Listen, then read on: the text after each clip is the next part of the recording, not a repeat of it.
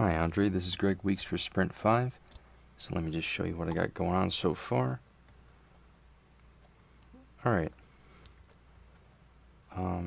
So as you can see, I am visualizing cells on this terrain that I've imported into my engine.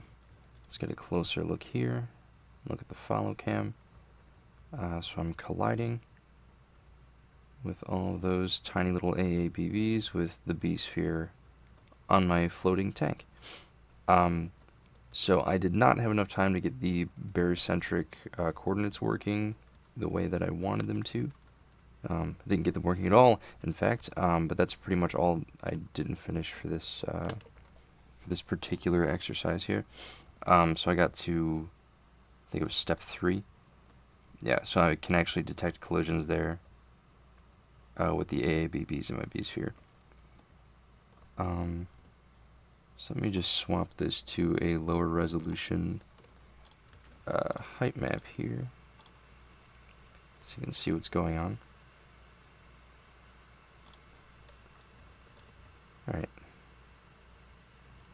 So, yeah, just a bit lower resolution. Everything works exactly the same way. Just testing all my edge cases here. Yeah, so it's a bit easier to see how the AABBs are actually being visualized. Let's just go on through this little hill here.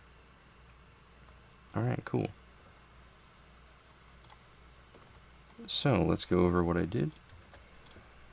So obviously I've got this terrain class, and I pretty much just ripped out my terrain from the graphics class right here, so not really much to see other than the fact that I used some things in the slides to get it correct. So it's a graphics object, texture light, and yeah, pretty much standard stuff right there. Where the real magic is the draw and intersect and highlight cell functions that I've created. So if we take a look at tank.cpp, I'm calling this function, so this is like an iterative process. I had highlight cell. I also have this other now useless function, terrain cell, which just visualizes the cells within the B-sphere that are sort of projecting onto the terrain, but it doesn't actually visualize the collision. And intersect just does the exact same thing, but it actually visualizes the collision. So that's the only one I'm calling here. So terrain is actually calling, intersect is actually calling highlight cell twice to get the max and min AABB. Based on the radius of the B-sphere that I'm passing in.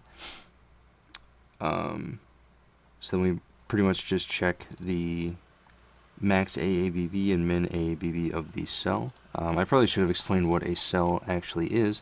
So I have a struct cell with 3 vector parameters. So I've got min AABB, max AABB, and color. These are pretty self-explanatory, and color is just so that I can actually visualize it when I'm intersecting. So red, there's a collision. Yellow, there's no collision. So yeah, relatively straightforward. I'm just checking right here if the X value. So I'm keeping track of the max and min cell when I call highlight cell. So if I call it twice, it's going to sort of update these values with the max and min. And then I'm pretty much setting that back with set min and max, another function that I created. So this is very similar to the tiered collision like reset thing. So you mentioned that a lot of us use a reset function, which is sort of the popular opinion among everyone. But yeah, this is sort of just resetting the max and min positions, just like the tiered collision. Okay. And it's resetting it to the B-sphere values here. And that seems to work just fine. Cool. So I think, yeah, so Texel index from the graphics class, and I think that's about it. Of course, we have our set cell function. So I'm actually going through and setting the triangles in the terrain. That's when I set the actual cells. So yeah, you pretty much just take a square chunk inside of the terrain, get the top left, top right, bottom left, bottom right verts, and then we're taking the Y values of those. So yeah, that's pretty much all the cell is. So it's the amplitude. I think that was the altitude. Sorry, the altitude is all that we care about. So the Y value, and then we just manually set the X and Z values. Okay. Yeah, so I think that is about it for terrain. And just so you know, I did complete tiered collision, so let me just comment back in a couple things so you can see that in action. Hopefully it doesn't look too messy with the terrain.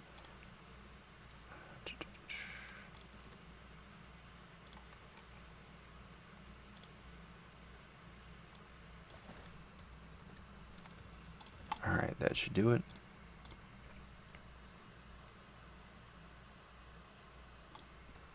Okay, so quick demo of my tiered collision. I'm going to be going off the terrain here.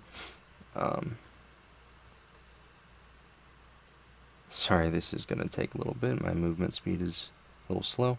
So I'm just checking this this guy's AABB against the AABB of these cottages, which are derived from the B-spheres.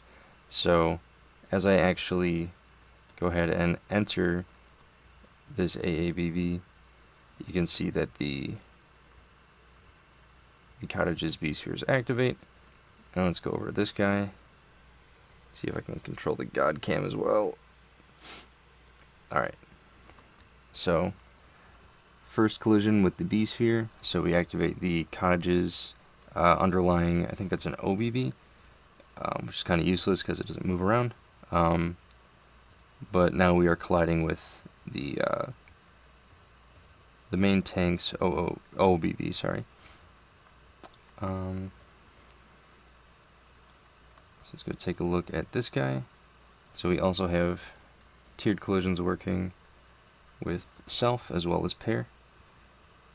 So I might have to slow the video down a little bit. I hope this is a high enough resolution. Let's just bring that down a little bit more. See if we can step through. There we go. So as you can see, that's going through all the tiers here.